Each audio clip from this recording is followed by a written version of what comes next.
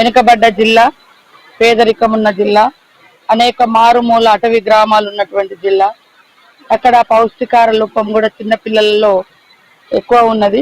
దీంతో ఈరోజు pilot project కింద మరి మిల్క్ అందించడం జరుగుతుంది అంగన్వాడీ సెంటర్లలో. ఇక్కడ ప్రయోగాన్ని రాష్ట్ర వ్యాప్తంగా కూడా తొందరలోనే విస్తరింపజేస్తాం.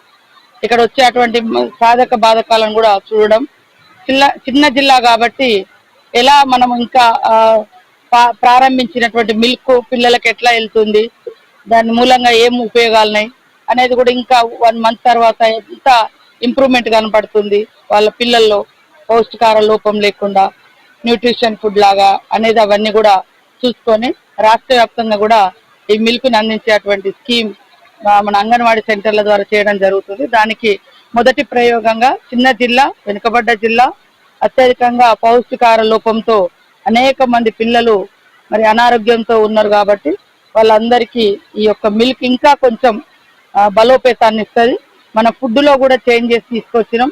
ఎగ్ తో పాటు ఎగ్ బిర్యానీ కానీ, కిచిడి లాంటివి ఇవన్నీ కూడా తీసుకొస్తున్నాము. అట్లా బాలామృతం కూడా చాలా స్వీట్ ఉండేది గతంలో, దాన్ని కూడా కొద్దిగా తగ్గించిన స్వీట్ షుగర్ క్వాంటిటీ కొంచెం తగ్గించి ఇస్తా ఉన్నాం. దీన్ని చూసి ఇంకా పిల్లలలో ఏం మార్పు వస్తుందని ఆ కేస్ షీట్ లాగా ఒక్కొక్కరి డాటా తీసుకొని దానికి అనుగుణంగా పెంచుతాం.